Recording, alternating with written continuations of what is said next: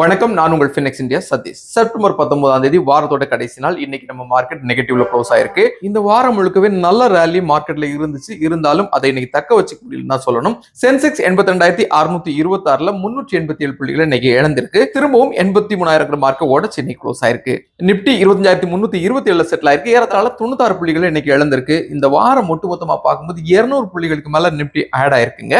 ஒட்டுமொத்தமா இன்னைக்கு மார்க்கெட்ல பாசிட்டிவ் ஸ்டாக் பாத்தீங்கன்னா அடானி என்டர்பிரைசஸ் சொல்லலாம். ஹிண்டன்பர்க் ரிசர்ச் ரிப்போர்ட் இருக்கு இல்லையா, அந்த ரிப்போர்ட்டை மொத்தமாவே செபி நிராகரிச்சிருக்காங்க. அதனோட எஃபெக்ட் தான் அடானி ஸ்டாக்ஸ் எல்லாம் ஏறி இருந்தாங்க. அதன் காரணமா இன்னைக்கு அடானி என்டர்பிரைசஸ் 5% பாசிட்டிவ் க்ளோஸ்ல இருக்கு.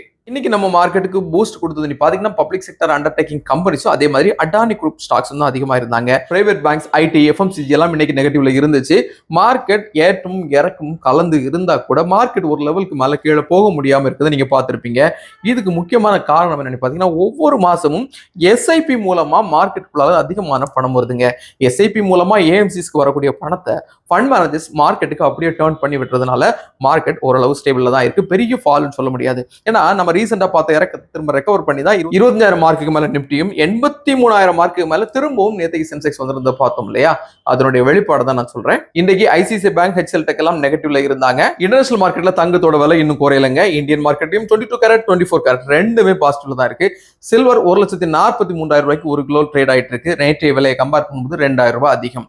டாலருக்கு எதிராக இந்தியன் ரூபி 88 ரூபாய் 13 காசுகள்ல இருக்கு. நேற்றுக்கு எஃப்ஐக்கள் இந்தியன் மார்க்கெட்ல கொஞ்சமா வாங்கியிருந்தாலும் இன்னைக்குள்ள ரிப்போர்ட் என்ன வரல, வந்துச்சுன்னா அதையும் நான் போஸ்ட் பண்றேன். எப்பவுமே நம்ம சொல்ற மாதிரி இது முழுக்க எஜுகேஷனல் பர்பஸ். ஏன்னா நீங்க பண்ணக்கூடிய ஒவ்வொரு இன்வெஸ்ட்மெண்ட்மே இன்ஃபிளேஷனை பிரேக் பண்ற மாதிரி இருக்கணும். இன்ஃபிளேஷனை பிரேக் பண்ணாம நீங்க எந்த இன்வெஸ்ட்மெண்ட் பண்ணியிருந்தாலும் அது டெட் இன்வெஸ்ட்மெண்ட் தான். வெறும் 100 ரூபீஸ்ல இருந்து stock market, mutual fund, ETF digital invest பண்ண முடியும். இந்த மாதிரி சிம்பிளான இன்வெஸ்ட்மெண்ட் இருக்குங்கிறது எல்லா மக்களுக்கும், குறிப்பா யங்ஸ்டர்ஸ்க்கு ரீச் ஆகணும் தான் இந்த வீடியோவை டே டு டே போஸ்ட் பண்ணிட்டு இருக்கோம். உங்களுக்கு இந்த வீடியோ வேல்யூபிள் ஃபீல் பண்ணீங்கன்னா லைக் பண்ணுங்க, கமெண்ட் பண்ணுங்க, சப்ஸ்கிரைப் பண்ணுங்க, ஷேர் பண்ணுங்க.